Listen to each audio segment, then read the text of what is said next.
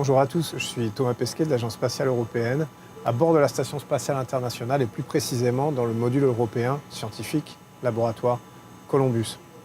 L'expérience simple que je vais réaliser maintenant s'intéresse au comportement des fluides dans un réservoir sphérique, comme c'est le cas par exemple à bord des satellites. Cette expérience montre comment le liquide, qui sera ici naturellement étalé sur la paroi interne du réservoir, du fait de l'impesanteur, se met en mouvement lorsque l'on applique une force. On va mettre en évidence ainsi un temps de tranquillisation du fluide pour que les bulles disparaissent. D'autre part, la surface libre du fluide se déforme selon l'accélération subie par le réservoir. Au sol, sous l'effet de la force de pesanteur, la surface d'un fluide est plate et comme un fil à plomb, elle permet toujours de connaître la verticale.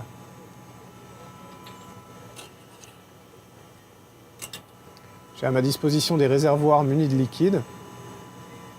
On va essayer de les agiter tranquillement pendant 5 secondes.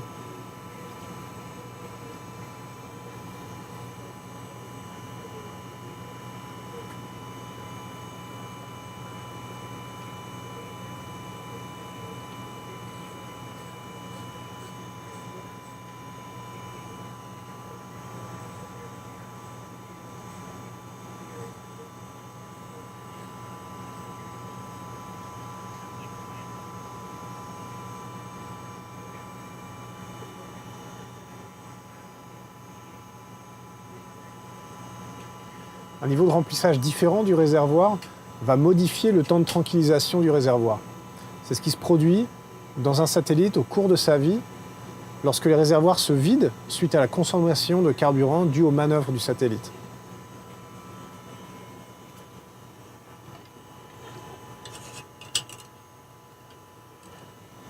C'est un réservoir différent, avec une concentration différente, un remplissage différent.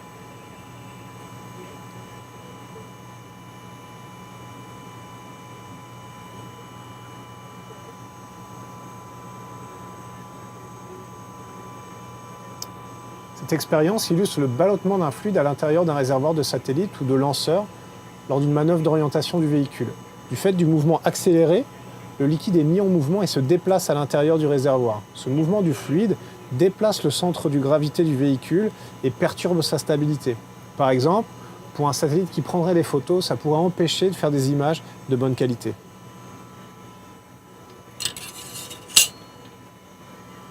Je vais maintenant faire une autre manœuvre.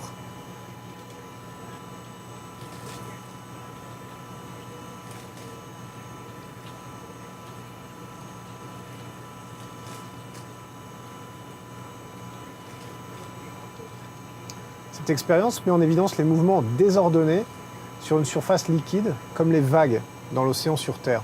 Ici, en apesanteur, la force dominante, c'est la capillarité, qui fait référence à la cohésion liquide, contrôlant ainsi la propagation de l'onde.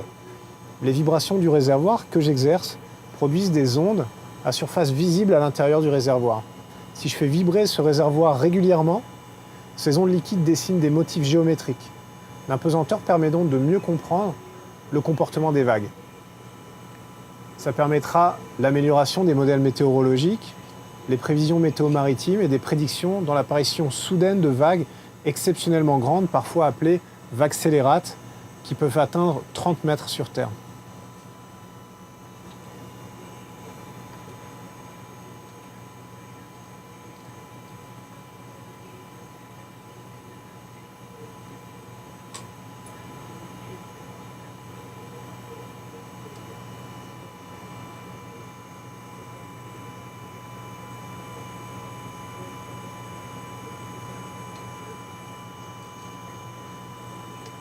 J'espère que vous avez apprécié de voir vos propres expériences réalisées dans l'espace. Vous êtes maintenant des vrais scientifiques spatiaux et je vous engage à inventer d'autres expériences avec la liste du matériel disponible à bord de l'ISS.